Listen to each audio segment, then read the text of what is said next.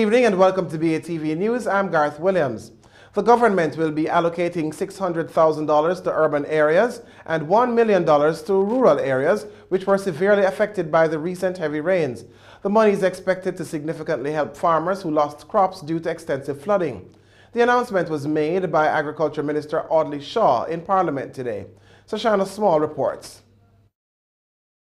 Minister of Industry, Commerce, Agriculture and Fisheries, Audley Shaw, says almost 1,200 farmers were affected by the recent heavy rains and over 1,500 tons of produce lost. He says the monies being allocated will hasten the recovery process. The Ministry will place at the disposal of Members of Parliament, in collaboration with RADA, funds to be dispatched to our registered farmers in a bid to hasten the process of getting them back on their feet.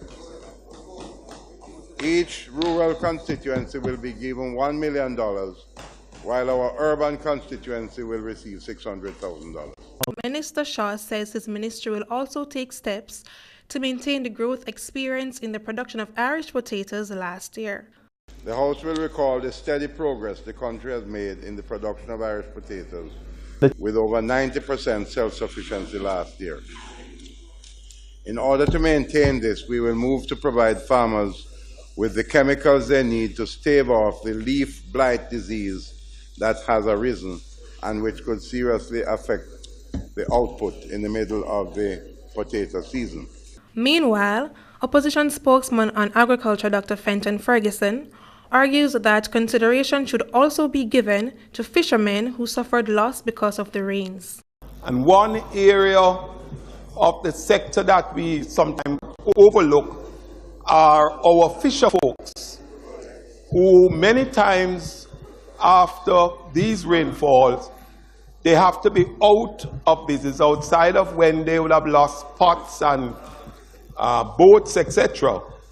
They would have been out of business for some time, which impacts family, the coastline, and also impact the communities in terms of commerce.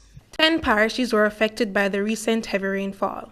However, St. Anne, St. Elizabeth, Westmoreland, and Clarendon saw the most severe damage. For BATV News, I'm Shoshana Small. Minister of Local Government and Community Development Desmond McKenzie says the island's municipalities need to be more vigilant in revenue collection, noting that a lot of money has been allowed to fall by the wayside. Mr. McKenzie, who was speaking at a special meeting of the St. Anne Municipal Corporation in St. Anne's Bay recently, said a classic example of this is the number of persons doing business with the municipalities who are not paying trade licenses. Businesses earning in excess of $500,000 per year should pay an annual trade licensing fee of $5,000. The minister pointed out that St. Anne has a large concentration of hotels which should be bringing in much needed revenue. Mr. McKenzie said he is of the view that councils across the island have allowed complacency to set in. He argued that the councillors aren't being proactive and vigilant enough because they know that the Equalization Fund is always there to solve problems. The Equalization Fund was created in 1997 and is financed by 10% of the money collected island-wide from property taxes. All 13 municipal councils are allocated a percentage of the fund to carry out critical infrastructure work in their various divisions. Minister of Science, Energy and Technology, Dr. Andrew Wheatley, says the government is firmly committed to the development of the country's energy sector.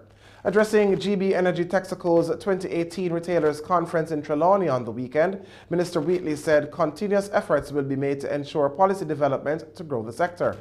He said the objective is to ensure energy security for producers and consumers and facilitate new and appropriate technologies that will emerge over the long term.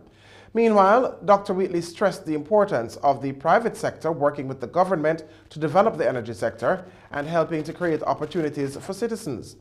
He noted that the local sector has been performing well, evidenced by significant investments in natural gas. He said the ministry is also working to finalize its integrated resource plan, which, for the first time in Jamaica's history, will allow the electricity sector to be developed in a programmed manner. He added that the country's oil and gas explorations, if successful, would be a major boost for the economy. And when we return, inflation declines for the third month in a row. This and more after the break.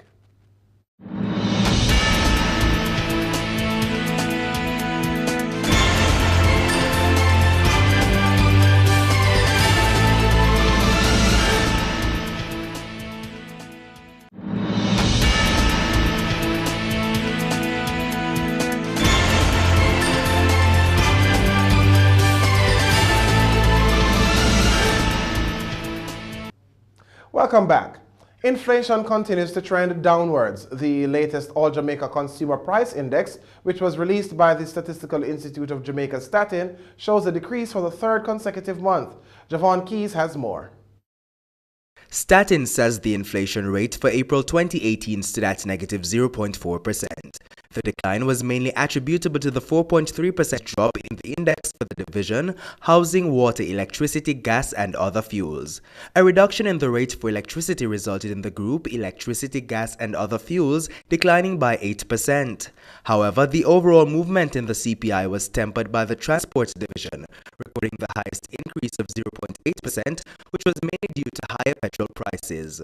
The highest weighted division, food and non-alcoholic beverages, showed a negligible movement in its index. Within the food group, the class vegetables and starchy foods recorded a decline of 0.2% in its index, while the sugar, jam, honey, chocolate, and confectionery class registered an increase in its index of 0.4%. Meanwhile, the calendar year-to-date inflation was negative 0.7%. The movement in the index for the fiscal year-to-date inflation rate was negative 0.4%, while the point-to-point movement was 3.2%. In the meantime, Statin says an examination of the index for the three regions showed that all registered reductions for the month. Greater Kingston metropolitan areas inflation went down by 0.3%. The category other urban areas dropped 0.4%, while rural areas saw an inflation decline of 0.5%. Caribbean Flavors and Fragrances is reporting a drop in sales for the last quarter, which ended March 31. The company released its unaudited shareholder report yesterday. Sashana Small reports. Caribbean Flavors and Fragrances says that the decline in sales was due to the slow recovery of the economy from weather shocks in the second half of 2017. The company sold $88.7 million compared to the $88.8 million it sold in the same period last year. The company also saw a decrease of 0.52% in gross profit for the period. Gross profit was $34.7 million compared to $34.9 million registered in the corresponding period last year. Meanwhile, net profit increased by over $3 million, moving from $12 million in 2017 to over $15.4 million at the end of March 2018. In the meantime, Caribbean Flavors and Fragrances says it hopes that there will be a normality to the many issues faced during the quarter, and its new replacement substitute, Flavor Fit, will drive revenue in the upcoming quarter. For BATV News, I'm Sashana Small.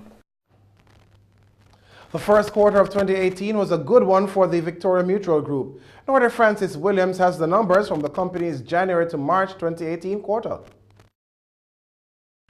The Victoria Mutual Investments Group says profit before tax was $100.98 million, an increase of 11.53%. The company saw a 17.77% increase in net profit, moving from $66.83 million to $78.7 million. Group revenue also increased, going up by 20.97% to end the period at $285.23 million. Net fees and commission jumped to 63.28%, moving from $77.4 million in the corresponding quarter last year to $199.71 million at the end of March 2018. Earnings per share for this quarter was 5 cents, compared to the 6 cents earned in the corresponding period last year. Total assets increased year over year by $3.22 billion, or 20.3%, to $19.09 billion as at March 31, 2018. This was partly attributable to an increase of $1.05 billion in resale agreements, which was in line with the group's strategy for managing investment portfolios. Total liabilities were $16.57 billion as at March 31, 2018, an increase of $2.42 billion, or 17.1% from last year, driven mainly by funds raised by VMIL from the issue of bonds in August 2017 and March 2018. Meanwhile, the company says its capital base continues to be strong, with total shareholders' equity standing at $2.52 billion as at March 31, 2018, up by $801 million, or 46.7%.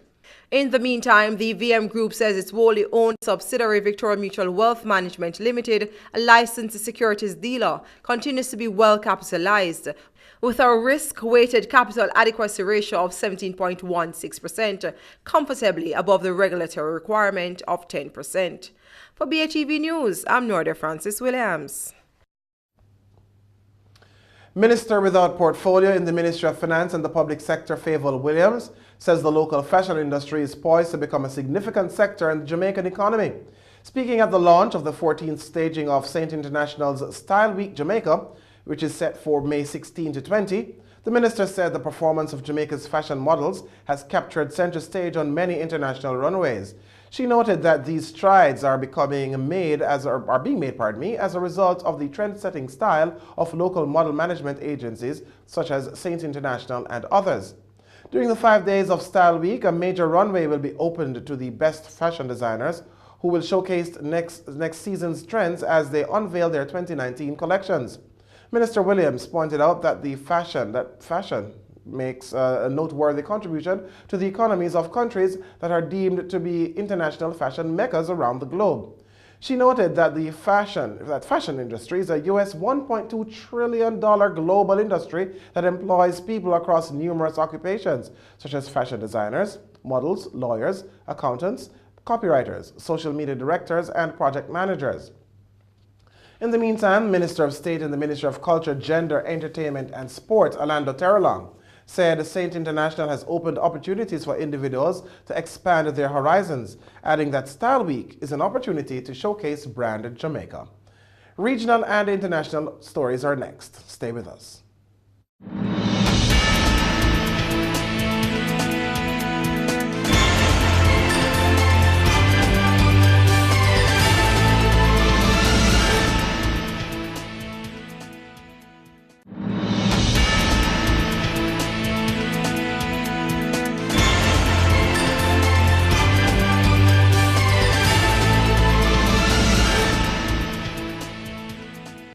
Welcome back. It's now time for regional and international news.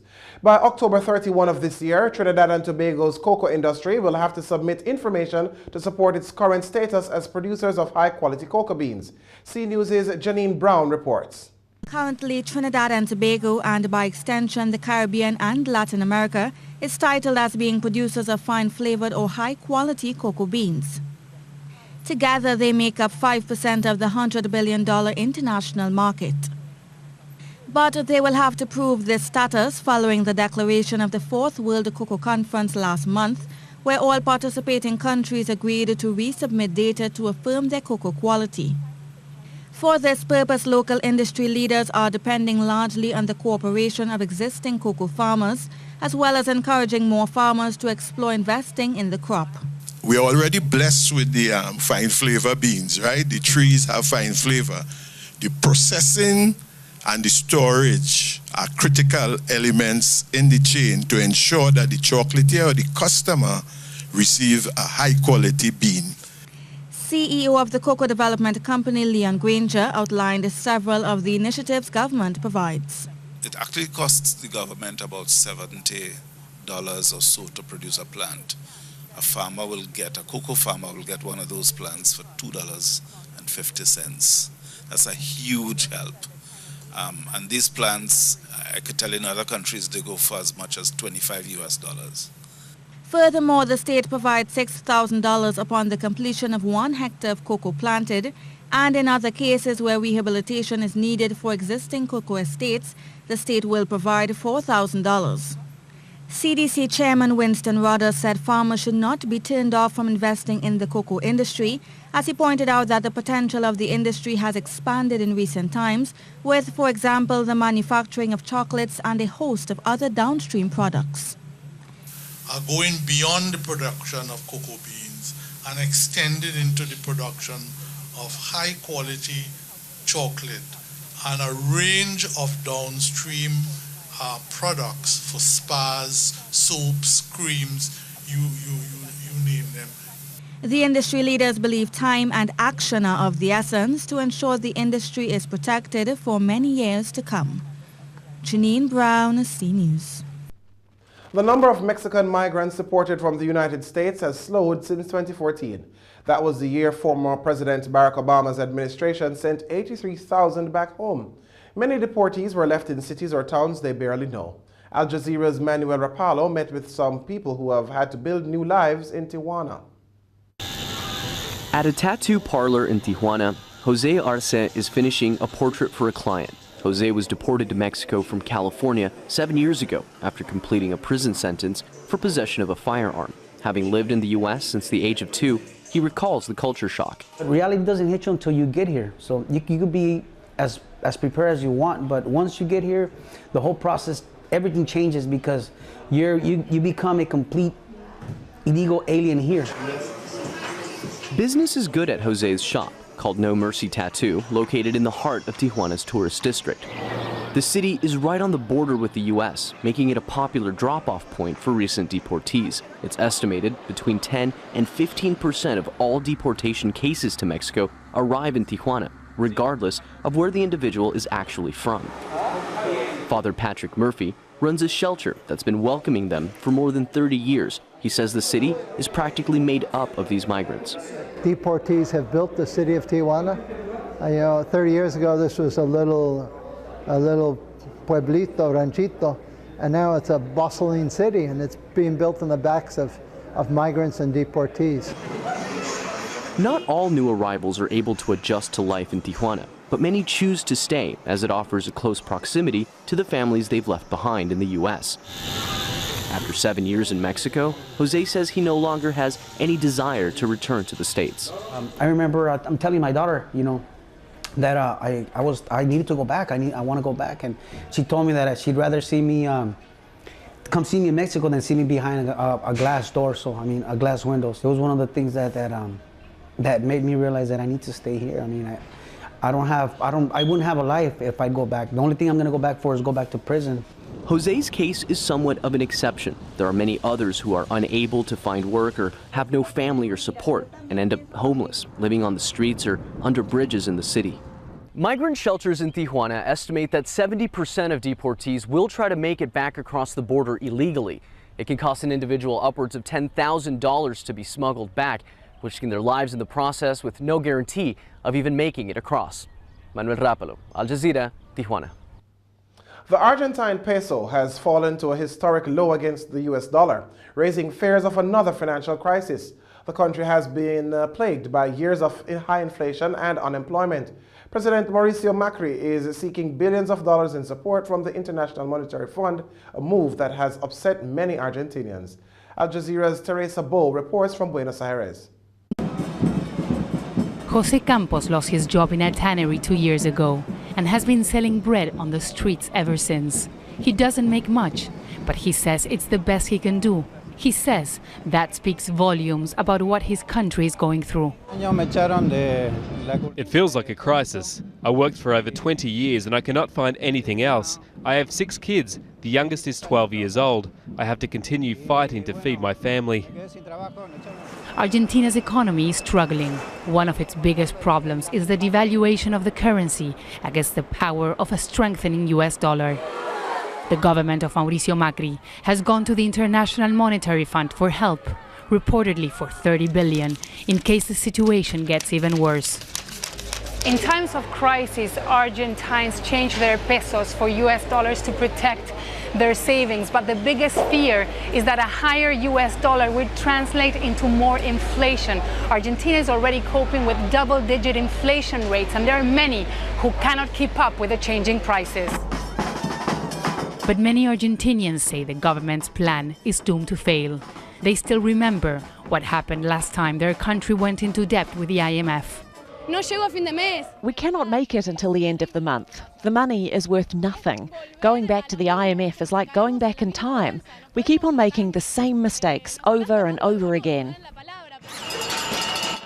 The fears of a serious financial crisis are everywhere these days, bringing back memories of 2001, when Argentina defaulted on its sovereign debt. Bank accounts were frozen to prevent a bank run. Millions of people lost their jobs. The country went through 5 presidents in 11 days.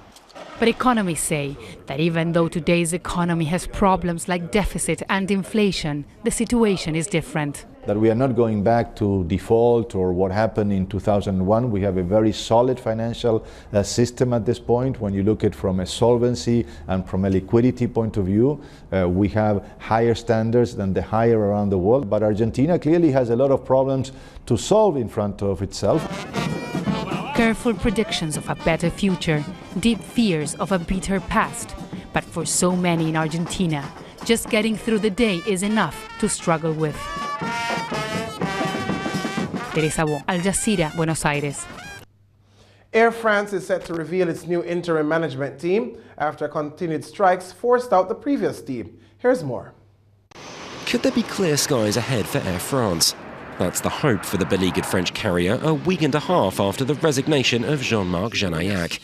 The CEO finally steps down on Tuesday to make way for an interim chair, widely tipped to be Anne-Marie Kuderk, who joined the airline's board in 2016.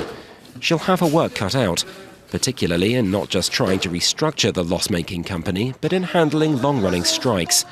Staff began a series of walkouts in February over a pay dispute and have currently cost Air France some €400 million, around 4/5 of its profits over the last several years. Janaillac threw in the towel when staff rejected a 7% pay raise over 4 years.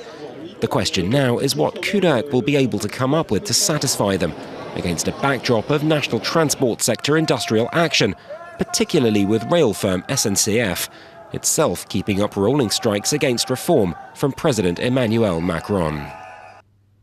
And stay with us. Talking Stocks is next.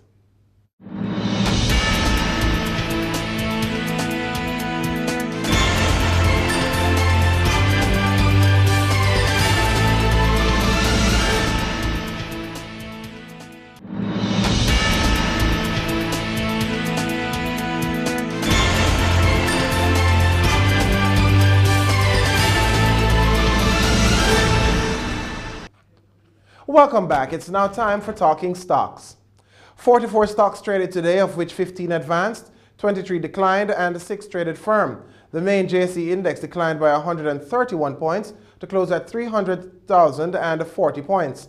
The junior index advanced by 37 points to close at 2,953 points. Over 2.6 million units traded today, valued at over $18 million on the Jamaican dollar market, while on the US dollar market, 48,905 units traded hands, valued at over $10,000 US. Caribbean producers Jamaica was the volume leader with over 500,000 units changing hands, representing 21% of market volume, followed by Express Catering with over 424,000 units trading, and Wisynco Group with over 234,000 units, accounting for 9% of market volume. Siboney Group was the top advancer, up 1 cent to close at 13 cents, followed by Stationery and Office Supplies, up 56 cents to close at $7.91, and Salada Foods up by 92 cents to close at $13. The main decliners were Caribbean Cream, down 27 cents to close at $4.80, followed by Proven Investments, down 1 cent to close at 21 cents, and Sagicor Real Estate X Fund down 60 cents to close at $13.99. In foreign exchange trading, the U.S. ended the day selling for $126.03. The Canadian dollar sold for $96.77, while the British pound sterling closed the day at $170.27. And that's the news, but before we go, a recap of our top story. The government will be allocating $600,000 to urban areas and $1 million to rural areas which were severely affected by the recent heavy rains. The money is expected to significantly help farmers who lost crops due to extensive flooding. Thanks for watching. For more content, visit our website at batvja.com. I'm Garth Williams. Pleasant viewing.